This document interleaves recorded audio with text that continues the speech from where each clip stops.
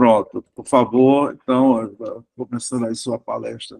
Obrigada, professor. Como eu falei, agradeço ao convite, professor Machado, Joaquim, Antônio Azevedo, que estão coordenando esses seminários do INCT de espintrônica.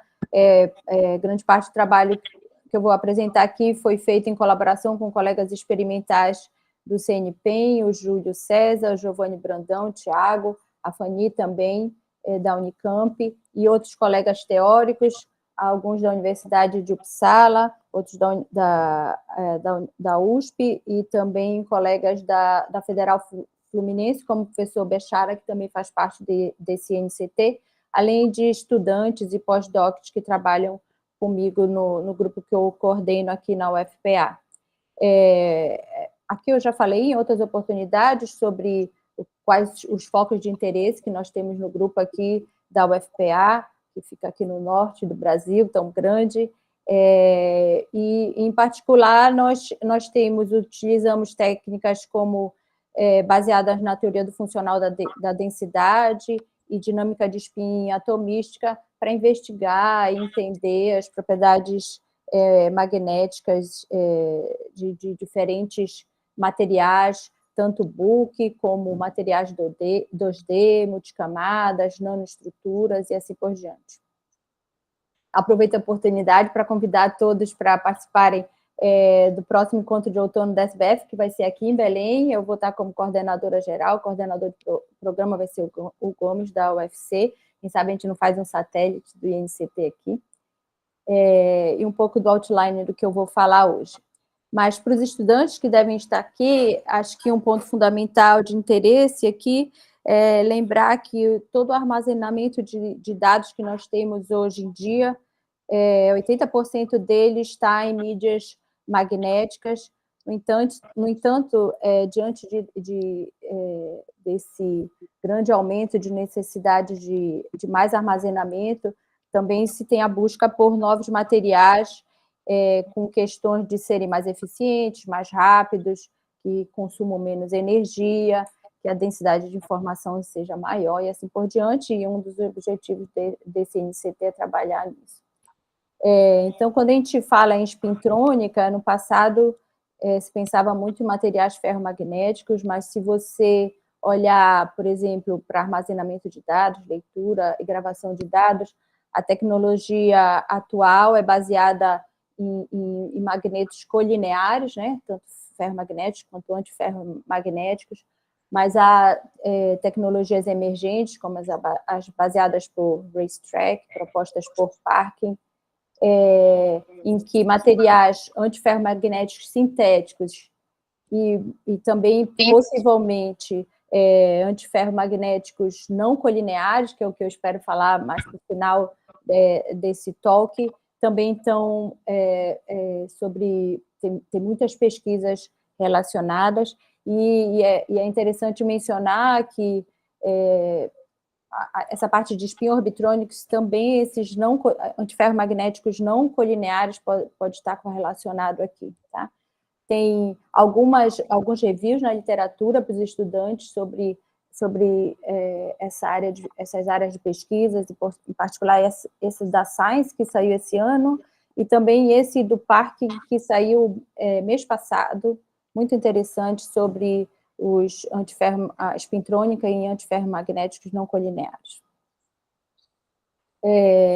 Então, a ideia é essa, de investigar materiais que não sejam só os colineares, ou se colineares, que os antiferromagnéticos sintéticos, e investigar as possibilidades de novos materiais e quais as suas aplicações em espintrônica.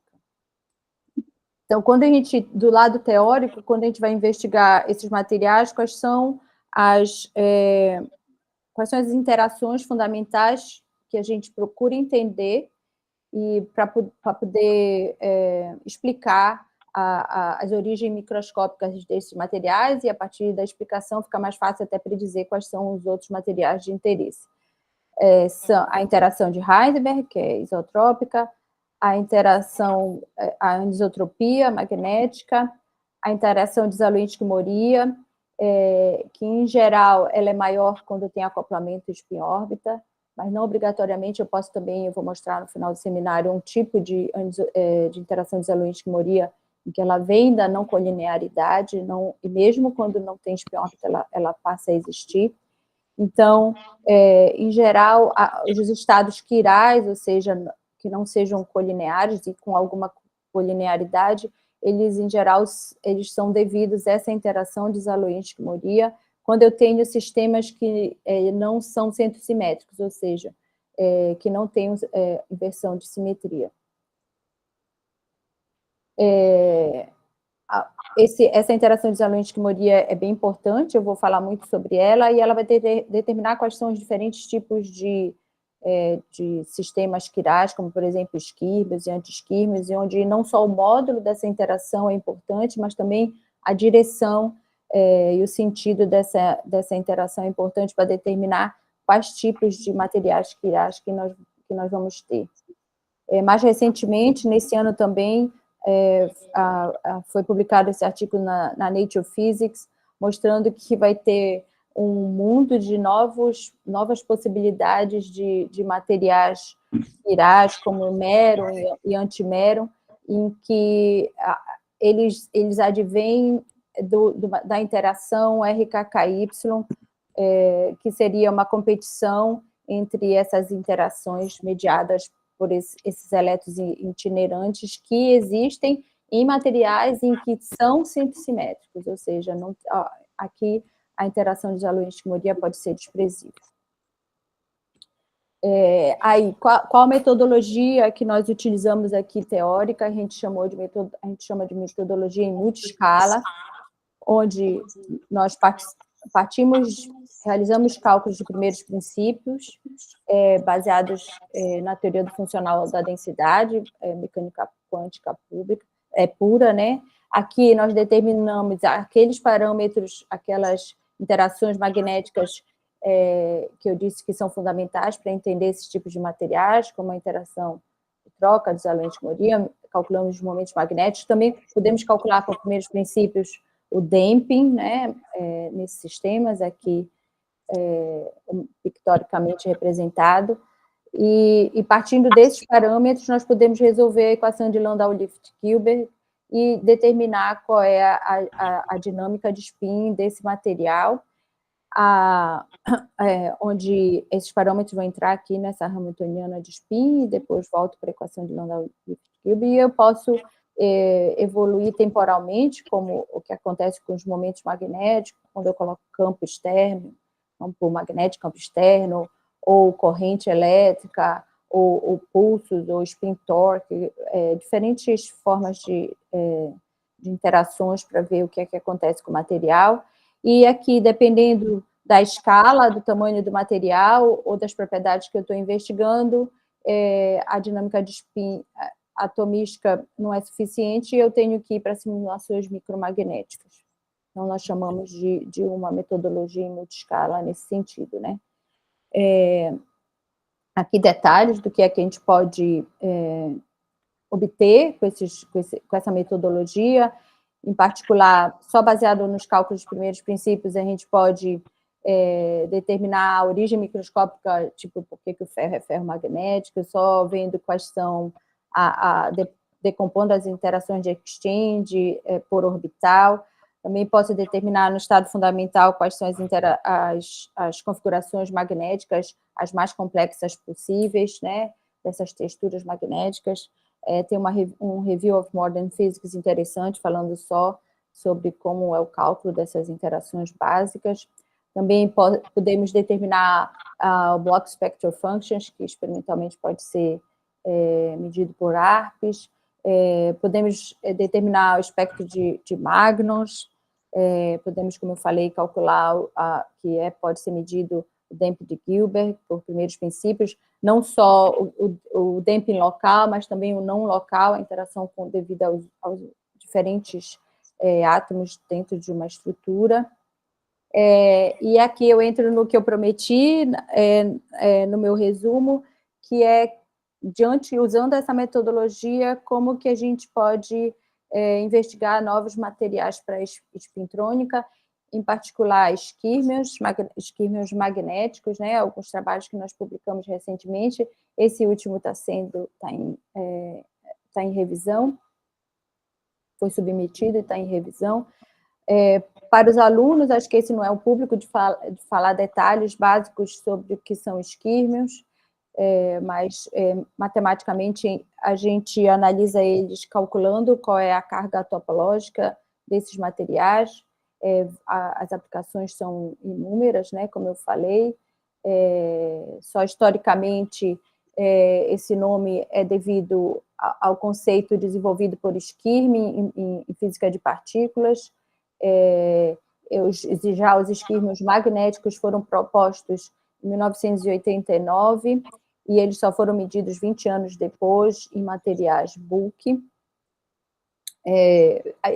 Dependendo da carga topológica, ou seja, o que vai determinar qual é a configuração magnética desses esquímios, há diferentes tipos, esquímios tipo Bloch, tipo NEL, esquirmiônios que teriam essa carga topológica zero, anti-esquímios, e esquímios ferrimagnéticos, e antiferromagnéticos esquímios. Então, tem uma quantidade bem... Os Hopfions, que também seriam um tipo de texturas de spin, mas já em 3 dimensões. Então, tem assim, um parque bem grande e interessante de novas estruturas que podem ser investigadas. Então, utilizando aquela metodologia que eu mostrei lá, a gente pode identificar, predizer quais são os estados magnéticos fundamentais, por exemplo, nos sistemas ferriônicos. Um material bastante tradicional que a gente investigou recentemente são os paládios de ferro e irídio, que é um material tradicional na literatura em que há observação. Então, para esse material, que seriam filmes finos de paládio de ferro sobre irídio, é observado experimentalmente esquímios, mas somente a baixa temperatura e com campo magnético de 1 Tesla. Curiosamente, o paládio de cobalto e irídio, que tem a estrutura análoga, não há a formação de esquímios, mesmo com diferentes campos magnéticos, permanece a configuração magnética, ferromagnética. A gente explicou nesse trabalho por que essa diferença. E também há um outro trabalho experimental interessante, em que eles decoram o paládio de ferro e irídio com cobalto, para ver quais as possíveis novos materiais quirais que apareciam dentro dessa diferença de elementos e mistura de elementos, e nós explicamos isso teoricamente. Primeiro, nós mostramos, só usando aquele modelo estándar, calculamos as interações magnéticas, mostramos que a interação de Heisenberg para o cobalto e para o ferro são completamente análogas, o que não explicaria porque o comportamento tão diferente com relação à formação de estruturas quirais. Mas quando você vai olhar a interação de Zalewski-Moria, apesar do módulo da interação de Zalewski-Moria ser muito próximo tanto do ferro quanto do cobalto, aqui em cima, quando você vai ver a direção dessa interação para o cobalto, no próximo slide fica mais claro, ele é particularmente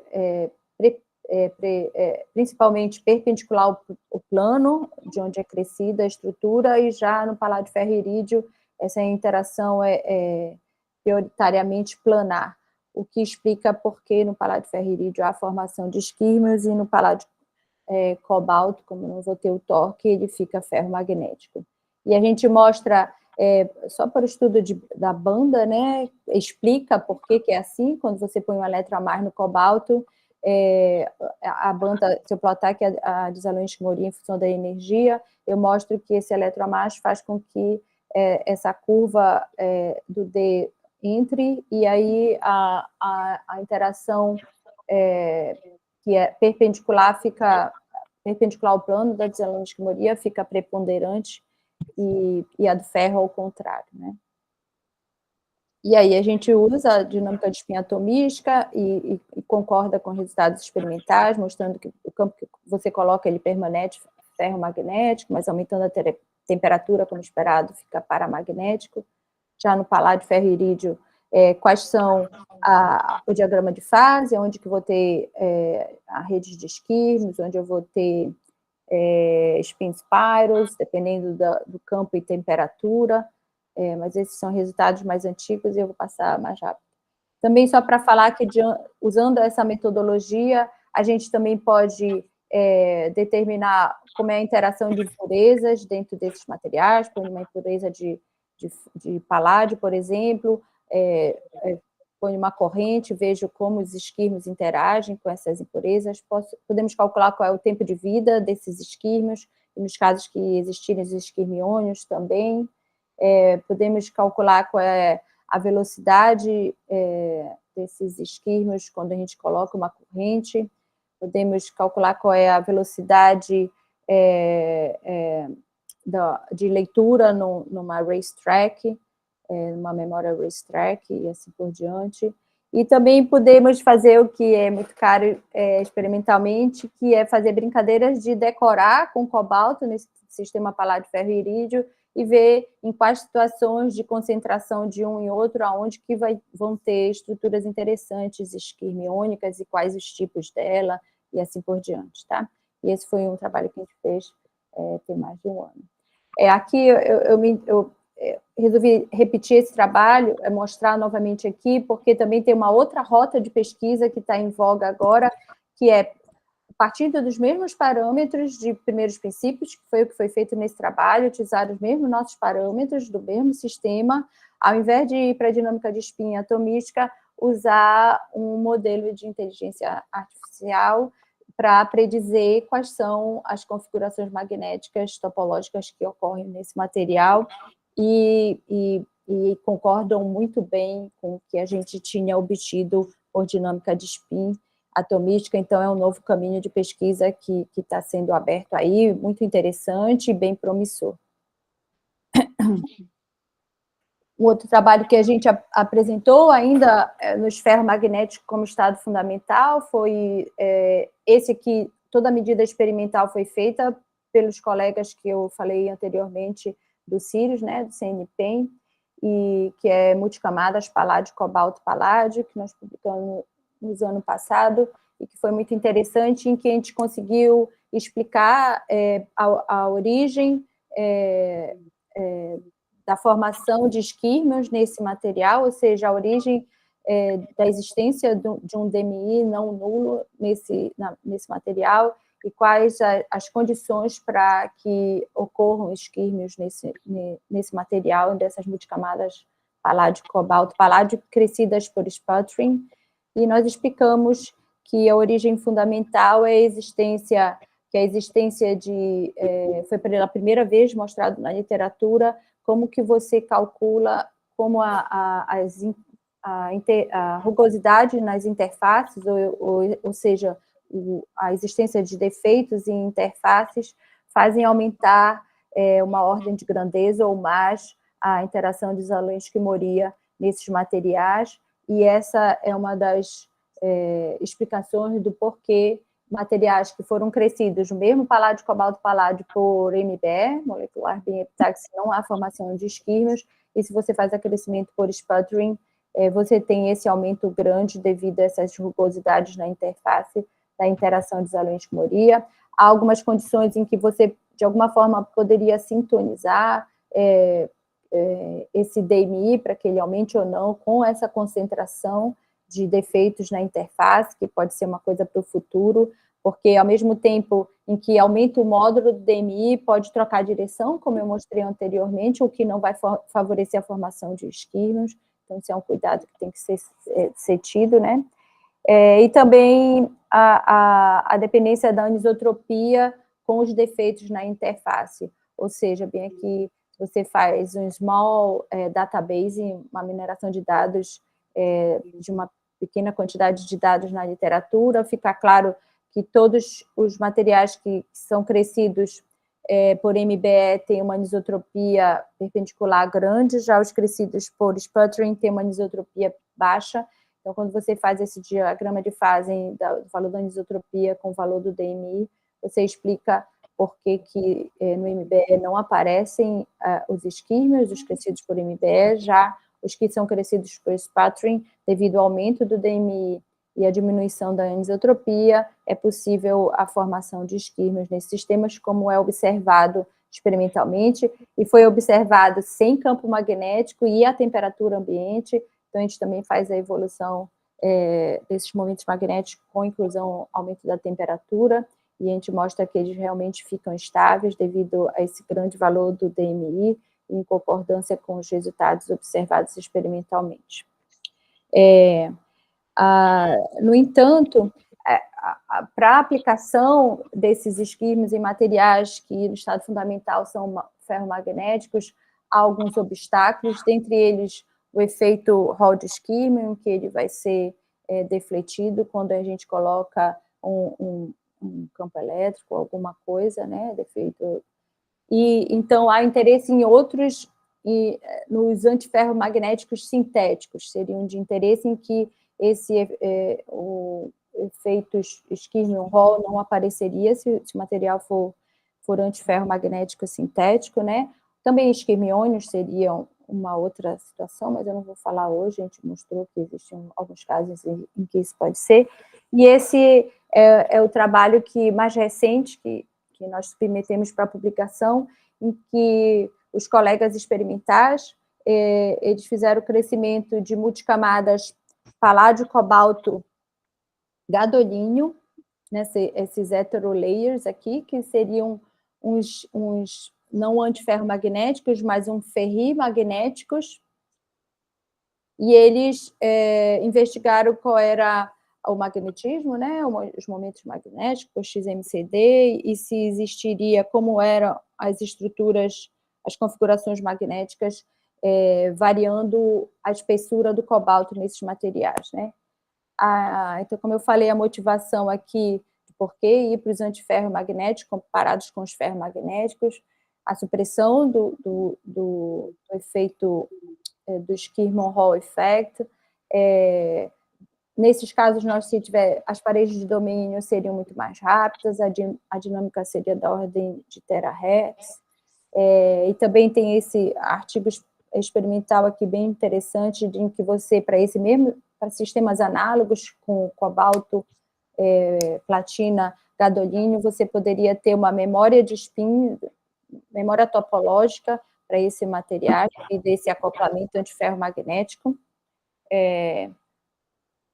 Então, aqui os colegas cresceram, eles variaram qual era a espessura da camada de cobalto, mas a espessura das camadas de platina e gadolínio não ficaram fixas em 1 nanômetro, e a de cobalto eles fizeram para meio nanômetro, 1 e 1,5.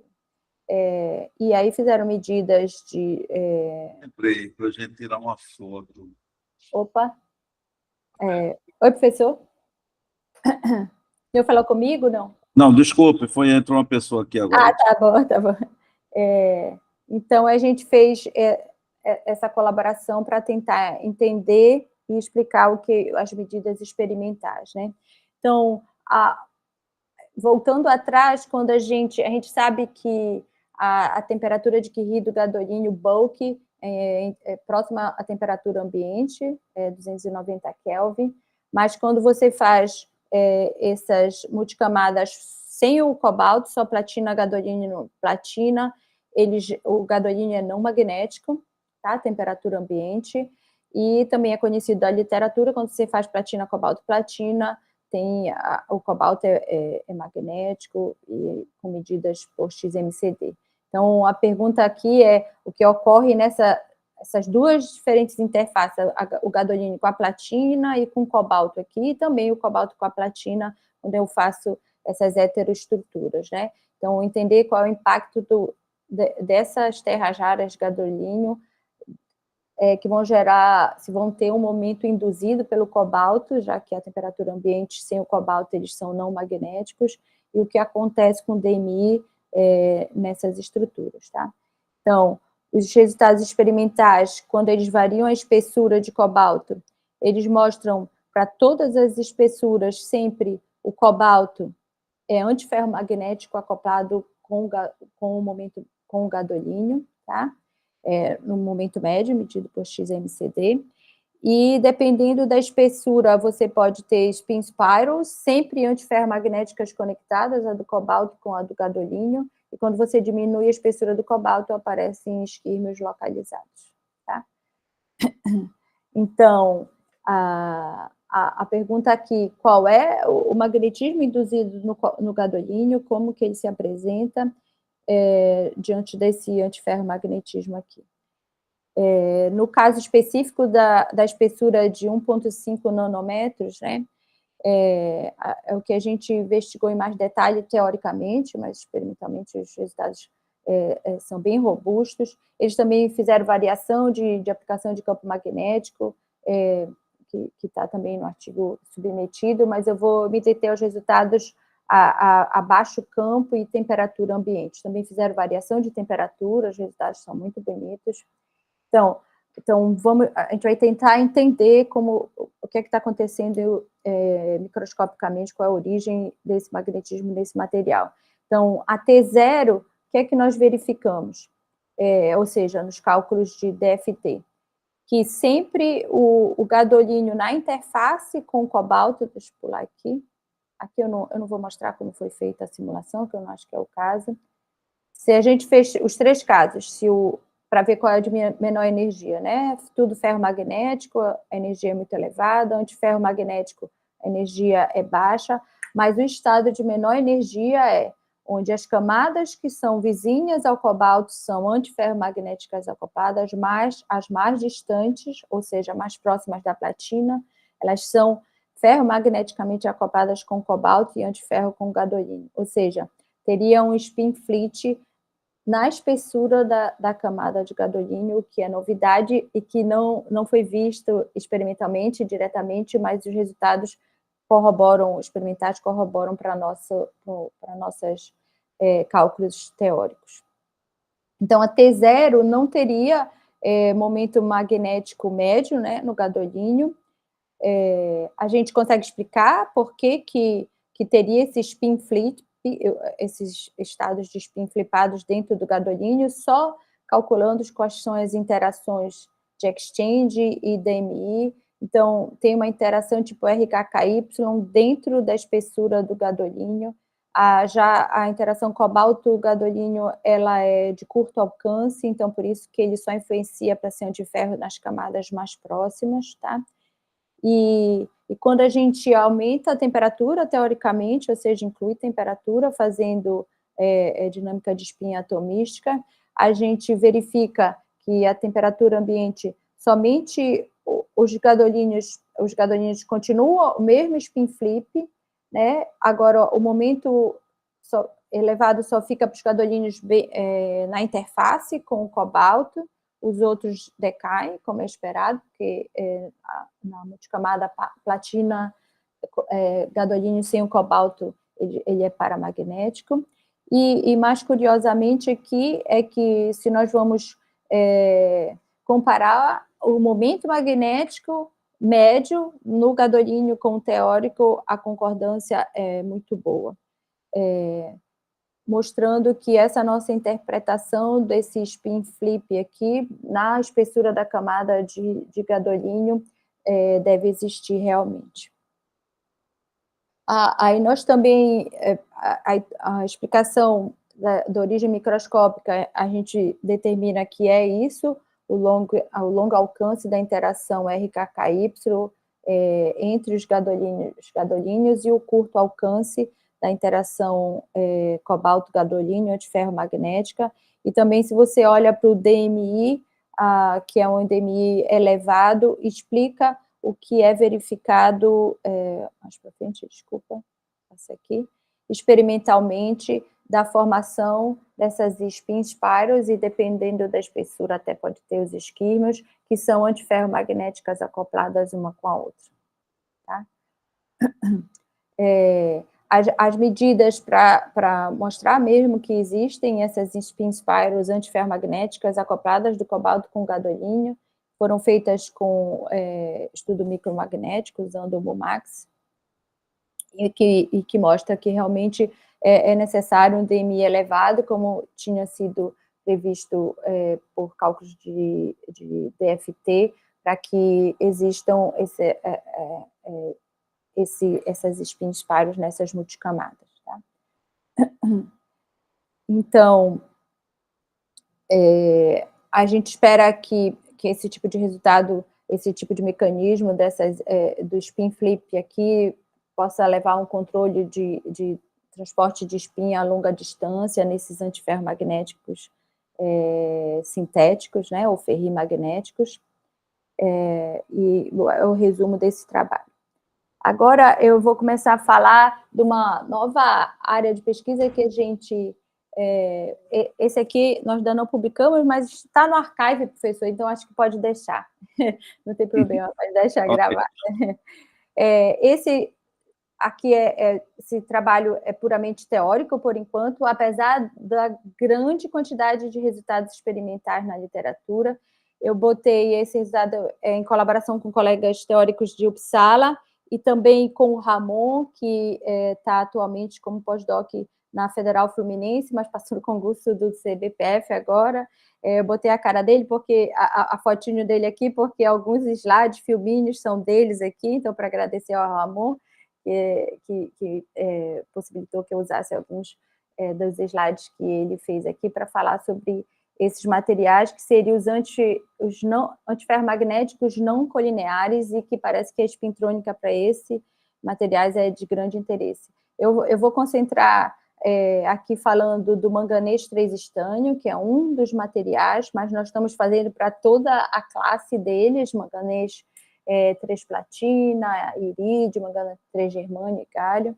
E alguns estudantes meus estão fazendo. E se você vai lá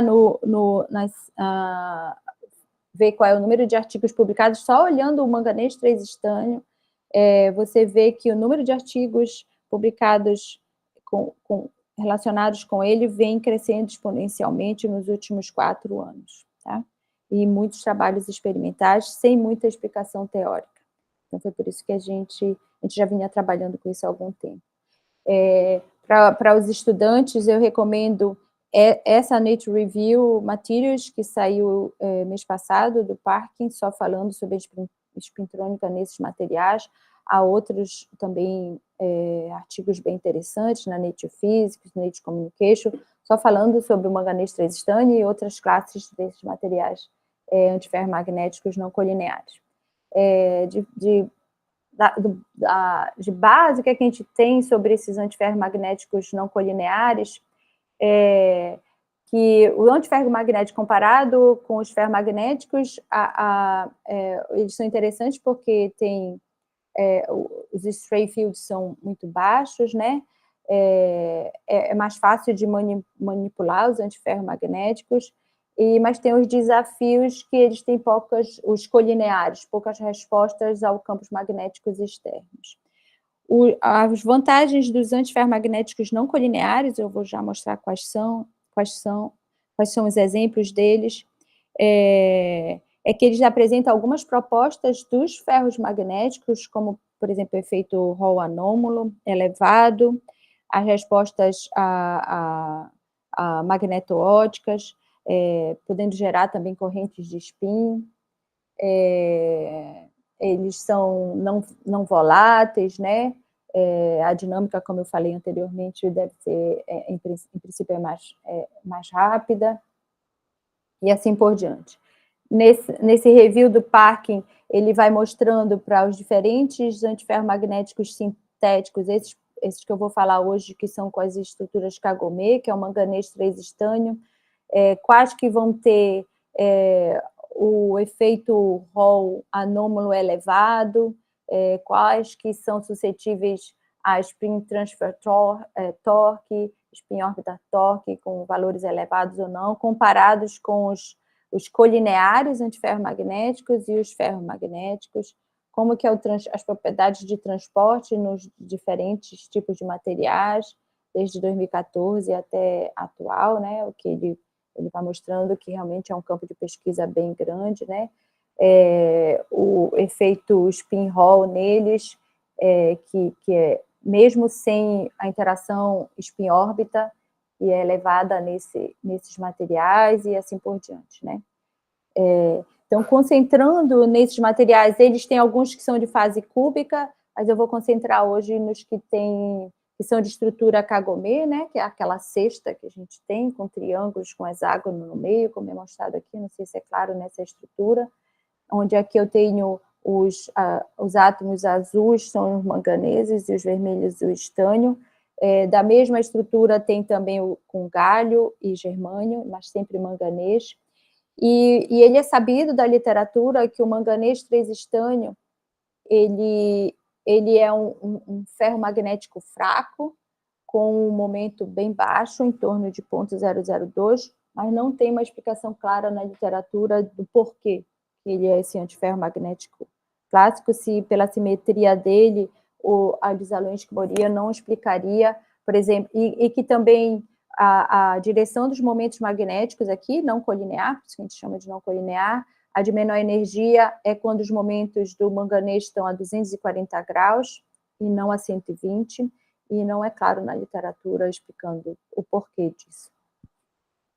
Então, para estudar esse material, a gente utilizou uma teoria que a gente já desenvolveu há alguns anos, que é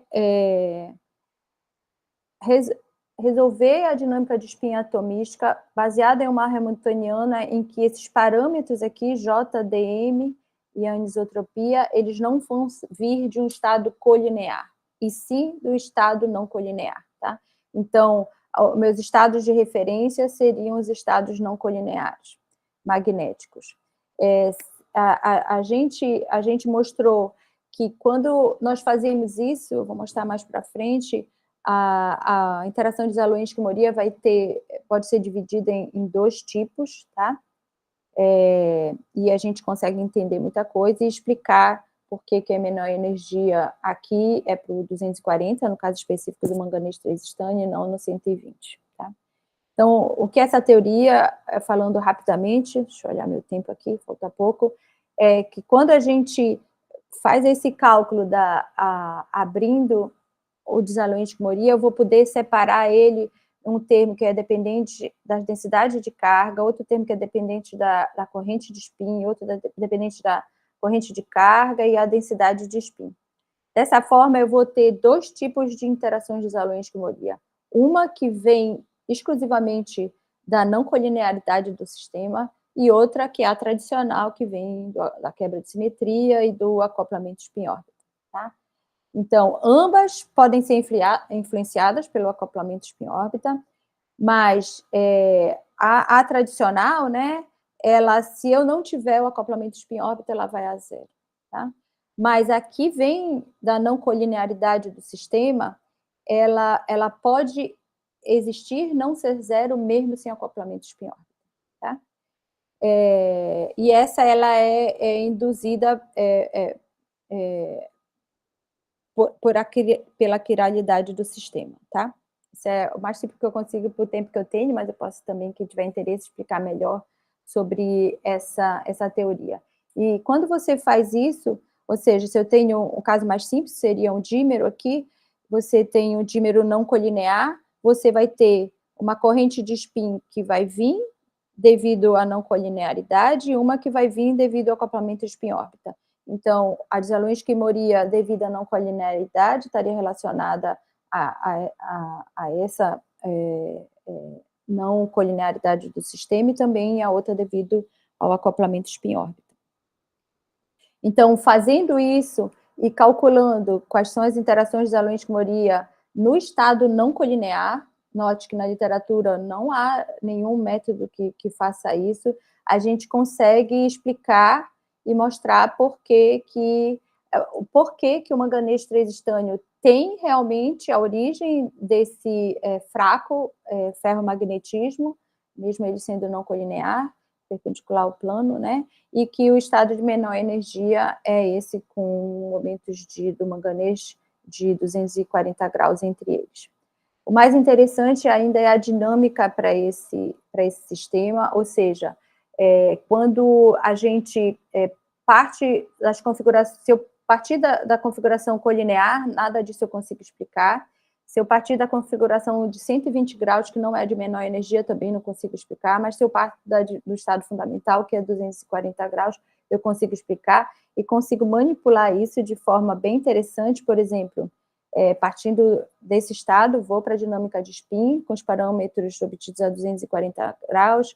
Aí, por exemplo, aplico um campo magnético externo interagindo com esse ferromagnetismo fraco que tem, né, provado aqui por manganês 3 estânio, e aí eu vou mover os momentos magnéticos alinhando com esse campo fraco. Deixa eu ver se ele vai aqui. Agora ele vai, tá? E esse tipo de dinâmica só pode ser feito quando a gente usa os parâmetros advindos do estado fundamental, se você descrever corretamente, senão você não consegue. Outro exemplo de dinâmica interessante para esse material, tem toda uma explicação dos momentos de octopolos existentes nesses materiais, uma explicação teórica. Se, por exemplo, eu coloco nesse sistema agora, não colinear, uma corrente de spin com polarização na direção Z, e depois eu vou trocar para a direção menos Z, e olhem o que acontece, tá? Quando eu troco a polarização da corrente, todo o meu sistema, ele também troca e vai girar para o outro lado, que é o que acontece agora, tá? Esse é um dos filmes que eu falei que o Ramon que fez, esses slides aí bem interessantes que ele fez, agradeço aí. Então, realmente, outra coisa bem interessante aqui agora eu vou calcular a dispersão de Magnus, que é obtida experimentalmente daqui para esse sistema, manganês 3 estânio, bulk, e se você fizer essa dispersão de Magnus pelo método tradicional, que é utilizando os momentos magnéticos colineares, não concorda com o experimental em nada, mas se você faz essa dispersão de Magnus partindo dos parâmetros para a hamiltoniana de spin, quando os momentos estão a 240 graus, a concordância é muito boa. E também, se você pega e fita aqui, né, a gente diz que é boa, porque nesse artigo aqui eles fitaram os valores observados experimentalmente e calcularam quais eram os valores de J e DM, e mostram que essas interações de alta ordem, né, que se eu expandisse a hamiltoniana, elas estão todas concentradas na nossa hamiltoniana, em que a gente trata com os parâmetros não colineares, tá? Então, a gente tem uma concordância muito boa, que é esse artigo que a gente ainda não submeteu, mas está no archive, parte dele relacionado com isso, de cálculo dessas propriedades, desses antiferromagnéticos não colineares, partindo de parâmetros não colineares, em que é bem interessante, e várias explicações do porquê que é assim a gente consegue fazer. Indo além, esses resultados também aqui foram disponibilizados pelo Ramon, ele colocou um nanofio de ferro sobre a superfície do manganês 3 estânio, e de forma bem interessante, foi observado magnus topológicos, tem um gap aqui, quando você tem um nanofio de ferro sobre essa estrutura não colinear, que é o do manganês 3 estânio. Mas isso só é observado se você também faz toda essa teoria partindo de parâmetros não colineares. Isso é bem novo na literatura, tem quase nada sobre esses magnus topológicos, tá?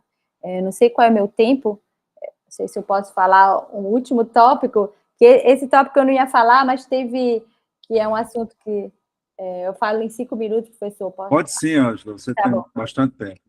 Teve no último seminário do Antônio Azevedo, que por sinal foi excelente, perguntaram sobre por que não se olhava muito para o momento orbital, e ele explicou de forma bastante apropriada que em materiais bulk, o momento orbital ele é suprimido, né, quented. Agora eu vou mostrar algumas situações aqui em que ele não é quented, que é o que é esperado, né, quando você vai para nanoestruturas, diminui a dimensão, você não tem o campo cristalino, e mais do que isso, o momento orbital pode ter configurações magnéticas em um mesmo sistema completamente diferentes dos momentos de spin. Isso aqui é para o estado fundamental e tal, mas quem sabe algum experimental tem interesse em medir isso por XMCD. Então, a motivação aqui que há resultados antigos de monocamadas de manganês sobre tungstênio na direção 0, em que é observado, se você tem só uma monocamada, spins pares cicloidais na direção 001 para essa monocamada. Se você põe 2 camadas de manganês no mesmo substrato, já muda qual é o tipo de spins paro e vira cônico. Então, o que nós investigamos foi trocar a dimensionalidade, né, já que muda para 1 ou 2 monocamadas. Se eu fizer nanofios, stripes, nanofios duplos, o que é que acontece com essa configuração magnética? Mas a gente não olhou só para a configuração de spin, a gente olhou também para os momentos orbitais no manganês, né? Então, a gente variou esses nanofios de 2 nanômetros até mais ou menos 7 nanômetros. E aí, a configuração magnética para os momentos de spin é esperada, você vai ter essas spins paros quanto antiferromagnéticas, né, com os primeiros vizinhos. Se você tiver, tipo, esses stripes, o antiferromagnetismo das spins paros é por fio, né, por nanofio, e que pode ser explicado e bem análogo quando você já vai para a monocamada, e você pode explicar isso pelas interações de Heisberg e de Zalewski-Moria, que é muito elevado aqui nesse material, comparado com o J, e as direções dessas interações de Zalewski-Moria explicam qual é a direção dessas spins paros e assim por diante. Mas o que nunca ninguém olhou muito foi para o momento orbital. E o curioso para esses materiais é que o momento orbital, quando você tem a dimensionalidade a menor, né, que seria o nanofio, o momento de spin orbital, isso já se sabia, não são paralelos, são canted, mas eles meio que se acompanham. Mas, a partir do momento que você aumenta a dimensionalidade do sistema, vai para essas stripes, né, que seriam 3 nanofios juntos, o momento orbital ele fica quase que totalmente no plano, tirando os efeitos das bordas, né? E os momentos de spin fazem esses spins pares, ou seja, o momento orbital, como se tivesse um pouco desacoplado o momento orbital e de spin. E nós fomos explicar por que é isso. Aí fizemos testes, se dependeria do acoplamento spin-órbita, e como esperado, depende. Se você faz testes teóricos aumentando o acoplamento spin-órbita, o momento orbital vai ficar grudado com o momento de spin, não vão ser com ângulos entre eles, né, para qualquer uma das estruturas, né?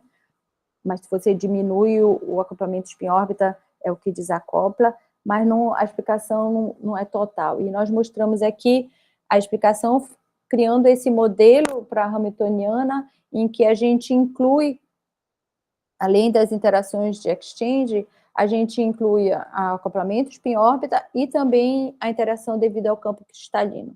Tá? Esse estudo foi em colaboração com o Cat Nelson, e ele tem esse artigo bem interessante, em que ele já propõe que a hamiltoniana de spin, porque foi uma discussão feita aqui, o que é que está acontecendo com o momento orbital nesses sistemas, e ele já coloca aqui que você teria que ter as interações spin-spin, spin-orbital e as interações orbital-orbital, tá? E grande parte, e também o que é que vem do campo cristalino. E essa interação do campo cristalino, ela vem exclusivamente no nosso modelo dos momentos orbitais do sistema. Então, quando você faz esse tipo de hamiltoniana e faz a simulação, você explica o porquê que o momento de orbital ele fica no plano, já o momento de spin vai fazendo as spins paros, tá?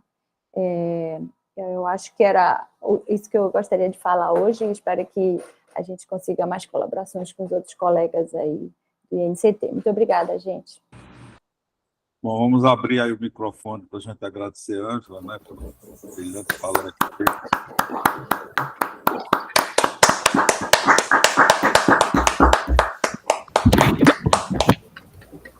E abrir também agora para perguntas, né? Tem várias pessoas aqui que levantaram a mão, deixa eu abrir a fila. Começando aqui com Wagner. Wagson, professor. Wagson. Olá, bom dia. Bom dia. Ângela, obrigado, muito obrigado pelo seminário, tá bem? Estou tentando aqui abrir a câmera, mas não consegui. Já estamos te vendo. Já apareci aqui. Ângela, eu sou professor aqui da Universidade Federal de Viçosa e gostei muito do seminário. Nossos trabalhos tangenciam muito, apesar de a gente usar técnicas teóricas diferentes, né? E apareceu um montão de curiosidade que depois eu posso tentar enviar um e-mail para você para perguntar. Mas, em particular, o que eu achei mais curioso é o que você chamou aqui nesse último trabalho, que você apresentou, de DNI não colinear. Ah, Aqui você separa a DNI em duas partes e tem uma DMI que é a DMI usual e uma DMI não colinear. Essa me interessou muito porque, como eu trabalho com efeito de geometria em sistemas magnéticos, se mostra que você também consegue induzir DMI por geometria, por efeitos geométricos em sistemas ferromagnéticos. E aí eu queria tentar entender essa DMI, assim, se você conseguir explicar assim em linhas gerais e depois em mais detalhes em algum ponto. Posso tentar explicar. Nós temos esse Scientific Report, que tem uns 2 anos, em que a gente mostra a metodologia de como a gente calcula ele, como ele foi, de onde ele vem, qual a origem, por espalhamentos múltiplos e assim por diante, né, a teoria. E esses 2 outros trabalhos mais recentes, um desse ano, outro do ano passado, em que a gente mostra aqui. Na verdade, quando você faz essa expansão, você consegue separar o DMI nessas 4 componentes aqui. Quando você separa nessas 4 componentes, aí você vai ter umas que vão estar especialmente ligadas ao acoplamento spin-órbita e outras que não são ligadas ao acoplamento spin-órbita. E essas que não são ligadas ao acoplamento spin-órbita, nós chamamos de... Ela vai ser 0 se o momento magnético for colinear. Agora, se ele... E nós também, eu não mostrei aqui, a gente também mostra qual é a origem dela, se vai ter corrente de spin ou corrente de carga, dependendo do sistema. E aí, se você tem, por exemplo, aqui, deixa eu mostrar aqui, se você tem aqui esse sistema, que seria esse simples aqui, né? Um dímero não colinear. Então, se eles forem colineares, que é da regras de Moria, você vai ter só uma DMI que vai estar perpendicular, no plano perpendicular ao eixo de ligação dos momentos magnéticos. Essa é a DMI usual. Mas, e é o que a regra de Moria fala, e ela é verdade, mas ela só se bastou falar para momentos colineares. Não que ela está errada, ela nunca entrou no campo dos não colineares. Mas se você não vai ter correntes de spin aí, correntes de cargas, e essa gerando outro tipo de interação, e o que nós mostramos abrindo, né, toda a expansão é que vai ter, e que ela vem dessa não colinearidade, que você vai ter uma corrente de spin que é devido a essa não colinearidade. E aí essa corrente de spin gera uma DMI devido a essa não colinearidade. E aí você pode calcular termo a termo e entender, obviamente, aqui você pode ter a soma, você pode ter, dependendo para um esquirmio, por exemplo, você pode ter, para uma mesma direção, a soma, as duas, uma dependendo do spin-órbita, somado na mesma direção, com a não colinearidade e assim por diante. Mas esse é o caso mais simples em que eu consigo desacoplar isso, né? Mas em alguns casos não, eu posso ter para essa direção aqui, tanto devido à não colinearidade e também devido ao spin-órbita e assim por diante. Então, se você resolver a hamiltoniana de spin para estados colineares, isso não vai aparecer. Mas você... Na verdade, eles podem aparecer se você fizer os termos de 4 spin, de 6 spins e assim por diante. Mas o que a gente prova nesse artigo bem aqui, que é o do ano passado, nesse PRB, é que todas essas interações de mais altas, elas estão e são correspondentes, a gente prova a correspondência quando você faz para o estado não colinear, por exemplo, o ground state. Então, elas estão embutidas, aquelas de lá, alta ordem. O problema é que se você não sabe qual é o estado, para você fazer toda a expansão e determinar qual é de 4 spins, 6 spins e assim por diante, é muito difícil. E a gente prova que elas são equivalentes, essas duas coisas, e que elas estão todas concentradas quando você faz esse não colinear, e por isso que elas explicam realmente as observações experimentais quando você tem um estado não colinear. A gente pode marcar, posso te marcar até reunião online, eu te mostro esses artigos mesmo abrindo as contas, mostrando as contas de como que foi feito, e para ver se serve para os sistemas que você está estudando. Né? Tá bem, Angela. Obrigado. Imagina. Eu vou dar uma estudadazinha e te escrevo. Ótimo, legal. Ô, Ângela, tem uma pergunta do Pedro No chat. chat aí, por favor, se puder. Eu vou já ver. Pedro pergunta... Ai, peraí. Você tem conhecimento de trabalhos experimentais que tenham medido o damping em estruturas não colineares? Pois é. Boa pergunta. Colineares tem, CBPF todo mundo faz, né? O damping colinear para várias estruturas, trabalhos belíssimos. Sei do Sommer, já participei de banca, de alunos do Sommer. Não colineares, que eu me lembre assim de cabeça experimental, não. Agora, é muito interessante e eu acho que teria uma porta muito grande para esses outros materiais. Notem, todas as simulações, em geral, é usado o damping como uma coisa de parâmetro. Põe 0,1, põe isso, põe aquilo. Dificilmente são calculados por primeiros princípios o valor do damping. E esses valores podem mudar muito, tá? Principalmente para quem está estudando ultrafast desmagnetização e assim por diante, né? Então, e também foi provado que quando você faz o damping somente o local, só olhando um sítio e não a interação, o damping IJ, né, desse sítio com todos ao redor, essas interações, se você faz esse somatório, pode ser muito maior só do que o próprio damping local. E aí você calcular o não colinear, que eu me lembro de cabeça aqui, não, mas eu posso procurar e te mandar. Ângela, o Antônio levantou depois do Ramon Almeida. Tá, joia. Antônio Azevedo. Oi, Ângela. Oi, Antônio, tudo bem? Obrigada pelo convite para apresentar Muito o seminário obrigado aqui. pela apresentação, excelente. Eu fiquei com várias dúvidas aqui, mas eu não vou perguntar todas, não. Quando você apresentou aquele sistema paládio, ferro, irídio, paládio, cobalto, irídio, qual é o papel do irídio, hein? Esse material tem anisotropia perpendicular? O irídio é para dar spin-órbita elevado. Tá bom. Aqui, tá? Aqui são filmes finos, né? Eles não são multicamadas, eles são... Esse aqui cadê? E tem o paládio... bem aqui. Eu entendi o efeito paládio. Então, é ele que dá o DMI. O paládio, o irídio dá o spin-órbita, ele dá o spin-órbita elevado, vai ter a anisotropia perpendicular, mas ela não é tão grande nesses sistemas. Aí o ferromagnetismo, o paládio é onde eles vão medir em cima, né? Agora, o curioso aqui é que o DMI muda de direção com a mesma estrutura, ou seja, o mesmo irídio embaixo, o cobalto é a mesma estrutura FCC, né? E quando você troca para cobalto, ele só fica ferromagnético, não interessa. Esse material, eles estudam a temperatura ambiente, é isso? Não, esse não. Esse eles só observam esquímios a temperatura muito baixa. Muito baixa, eu imaginei isso. Isso é 5 Kelvin, alguma coisa. Só aquelas multicamadas que eu mostrei, que foram medidas do Ciro, é tudo a temperatura ambiente. É lindo aquilo, e campo zero. Esses caras estão fazendo coisas lindíssimas, experimentais aí do Ciro. Fernando, posso perguntar mais uma? Certamente, Antônio. E depois outra, quando você mostrou aquele sistema cobalto, gadolínio, esse é bonito. platina. Uhum. Né? Então, você tem cálculo em T igual a 0 e tem cálculo em T igual a 300. Isso. Eu fiquei com uma dúvida, como é que você coloca a temperatura no DFT?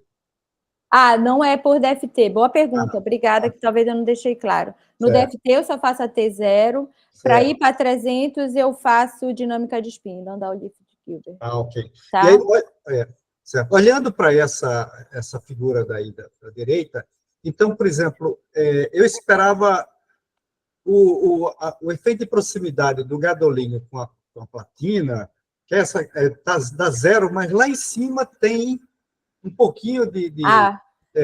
Ótima pergunta. Esse trabalho é muito rico e eu preferi pincelar alguns para não entrar em muito detalhe. O momento na platina só vem do cobalto. O gadolínio não induz momento na platina. Esse ele vem... Porque aqui, né, isso se repete aqui para baixo e a platina vem para cá. Então, o cobalto induz um momento aqui na platina. Então, a platina mas não induz, mas o gadolínio não, né? Não, a temperatura alta não. A temperatura baixa tem, mas é muito pouco. Tá vendo aqui a 0?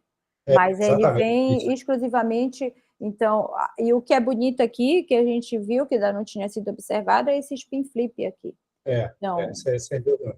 A última pergunta que eu queria fazer é o seguinte: qual é a diferença de um spin spiral e um domínio ou esquilho? Você falou de spin spiral, é como se fosse boa pergunta. Só para eu entender. Boa pergunta. Nesses meus spin spirals que eu falei, eles têm quiralidade. A energia é menor girando para um lado do que para o outro. Certo. Quando eu faço um domínio geral, na média vai dar 0. Então, agora, por exemplo, tem um sistema que a gente está estudando que é bem bonito, em que é platina, paládio ferro, e em cima põe o nióbio, que é supercondutor. E a gente vê paredes de domínio quirais na supercondutividade que interfere. A gente não, os experimentais vê e a gente explica por quê. Esse eu realmente não posso mostrar aqui, mas quando for publicado eu venho mostrar, que é um trabalho lindíssimo, e que vai depender da quiralidade induzida pelo ferro paládio no nióbio.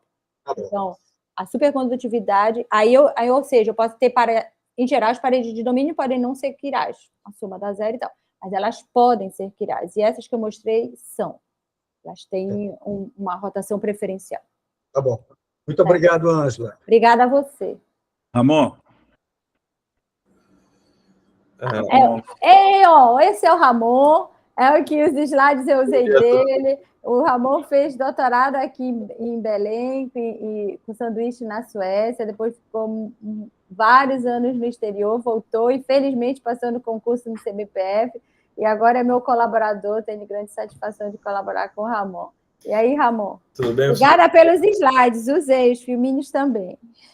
Então, eu queria aproveitar, eu tenho uma pergunta, acho que desse trabalho também, mas eu queria aproveitar só para fazer um adendo lá na questão do Dzerzhinsky-Moria não colinear. Legal, da pergunta do cara, era bom dormir com ele, né? Fazer um adendo. Professor de Viçosa. Exato. Que o que tu falaste faz bastante sentido no quesito de simetria. Por exemplo, quando eu tenho o manganês transistânio na configuração 120, eu tenho uma simetria D6H. E aí, quando eu vou para a simetria, quando eu vou para a configuração 240, essa simetria ela reduz para D2H. E isso influencia bastante no cálculo desses parâmetros magnéticos. Então, acho que a mensagem é, em materiais com magnetismo não colinear, se você não considerar o grupo de simetria magnético também, você descreve o sistema errada. E a forma mais lúdica de entender isso é que quando você vai fazer dinâmica de spin, você descreve a sua equação de Landau-Liouville-Gilbert, você não está considerando formação espontânea de corrente de spin, né? Isso não está descrito pela LLG. Só que em materiais magnéticos não colineares, você tem essas gerações espontâneas de corrente de carga e corrente de spin. Então, se você não utilizar essa formulação não colinear, você perde essas informações que são importantes. Uhum. E aí a gente pode conversar mais sobre isso, se tu quiser, nessa linguagem mais de simetria. Inclusive, a gente está cavando bastante nesse tipo de sistema. Mas voltando, professora, acho que é platina gadolínio. Do spin split. Mostrando agora isso. Eu fiquei curioso se tem alguma explicação física que eu não consegui entender do porquê que a platina ela mantém um momento magnético que fica concentrado na primeira camada de platina, assim. Porque tem explicação. Se você, eu não sei se tem aqui quais são os Jotas, eu só botei aqui, a gente só botou do cobalto gadolínio. Mas se você faz o J do gadolínio platina e o J do cobalto platina, né?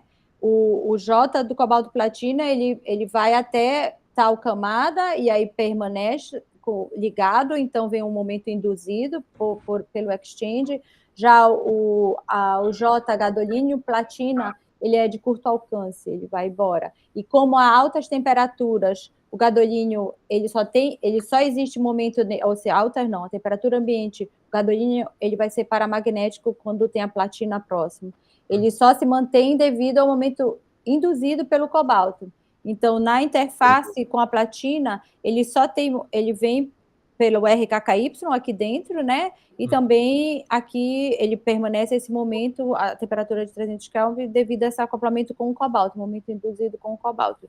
Já lá na platina, a interação do cobalto chegando lá já vai ser quase nula, a temperatura ambiente. Então, só vem o momento primordialmente induzido pelo cobalto na platina e não pelo gadolínio. Entendi. Mas aí, isso no caso, então, é uma supercélula. Essa platina ali... Ele foi repetiram 10 vezes. Tá bom. Eles repetiram 10 vezes, aqui eu só botei a supercélula, né? Que se repete. Entendeu? Acho que é isso que eu não tinha entendido. Tá bom. Joia. Obrigado. Nada. Luiz Antônio Cabral. Por favor. Ângela, obrigado pela sua palestra, muito bom, excelente. Eu só tenho uma curiosidade, e muitas já foram respondidas aí durante as perguntas, sobre a macroescala. É importante a gente pensar na macroescala. Você poderia falar alguma coisa da macroescala que você está usando? Você usou alguma rotina de diagonalização? Mas você pergunta, por exemplo... Número de átomos. Boa pergunta. Quando a gente vai para esse sistema em particular, toda a parte de simulação para ver as estruturas não colineares, né, as spins paras e tal, os esquemas, foi feito com simulação micromagnética. Então, a ordem de grandeza é micro. Tá? Na dinâmica de spin, aqui, deixa eu te mostrar, talvez esse gráfico aqui seja legal. Do alcance de cada uma dessas abordagens, né? Tem uma figura aqui que eu gosto bastante e que mostra qual é o alcance de cada uma delas, né?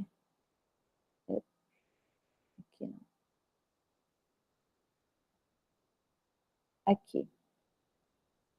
Se você vir aqui, né? Então, você tem como o ab initio, eu teria informações... por exemplo, eu não sei se eu entendi a pergunta, porque apesar, por exemplo, se eu vou determinar qual é a temperatura de Curie de um material, apesar de eu fazer uns cálculos DFT, em que o alcance seria aqui, nano, angstrom, e eu calculo o J, ou seja, as interações de extreme, a temperatura de Curie a gente pode determinar através do J, entendeu? Tem uma teoria simples, né? E o J calculado a temperatura zero, em DFT. Sim. E aí eu consigo estimar qual é a temperatura de Curie, mesmo partindo de cálculos de DFT. Então, isso é uma coisa. Em alguns sistemas, as informações do estado fundamentais prevalecem explicando o que é que acontece no sistema macroscópico, né? Qual é a temperatura de Curie do ferro, do cobalto e assim por diante, né? Mas, por exemplo, para esses sistemas de nanoescala, os nano... por exemplo, quando eu vou... Aquelas estruturas de filmes finos, por exemplo, paládio, ferro e irídio, os esquemas são muito pequenos, em torno de 2 nanômetros. Já aquelas... Acho que essa é a tua pergunta, talvez. Sim, quando eu vou para aquelas multicamadas, paládio e cobalto, os esquemas são grandes. Eles são de 100 nanômetros. E aí eu tenho que usar o estudo micromagnético em geral. Entendeu? Entendi. Porque é muito... Já a dinâmica de spin atomística, que está bem aqui, em alguns casos eu posso determinar o que está acontecendo no micro, mas se for muito maior as estruturas que eu estou estudando, ou paredes de domínio, é mais interessante você ir para o estudo micromagnético. Mas se eu tiver esquemas pequenos, de 2, 3, 4, 5 nanômetros, até de 100 nanômetros, eu posso usar a dinâmica de spin atomística. Eu não sei se era essa a tua pergunta. Sim. Não, perfeito. Obrigado. Nada, imagina. Joia.